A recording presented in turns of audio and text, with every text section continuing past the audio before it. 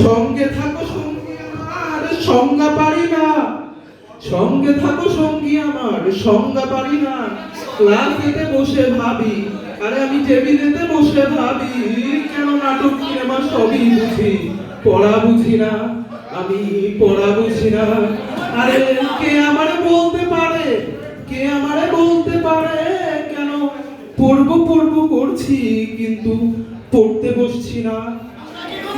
আমি শেষ করবই সিলেবাস, আমি শেষ করবই, হাল ছাড়ছি না। পড়বো পড়বো করছি কিন্তু পড়তে বসছি না। না জানে মেরে फोन को क्या हो गया, 2 मिनट से पढ़ रहा हूँ फिर भी कोई नोटिफिकेशन क्यों नहीं आया।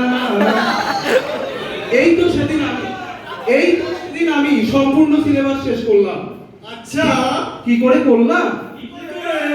হঠাৎ ঘুম থেকে ওঠার পর বুঝতে পারলাম ওটা আসলে স্বপ্ন ছিল।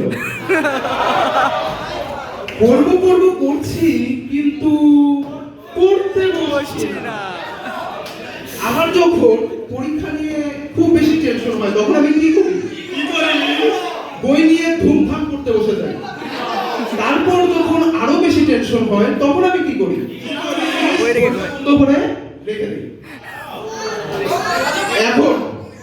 এখন রাজি আর মেরাজি হলো আমার একমাত্র competitor. I repeat once again, এখন রাজি আর মেরাজি হলো আমার একমাত্র কম্পিটিটর।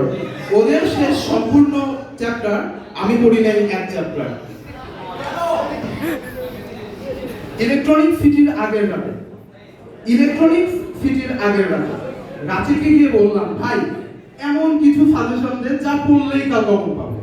রাজি আমার দিকে বক্সি আর দিকে মেহতার বই দুটো ছুড়ে দিয়ে বললো, এই দুটাকে প্যারালালি কানেক্ট করে ভোল্টেজটা বাড়ায় দে, ভোল্টেজটা বাড়ায় দিলেই দেখবি কাজ সব কমন।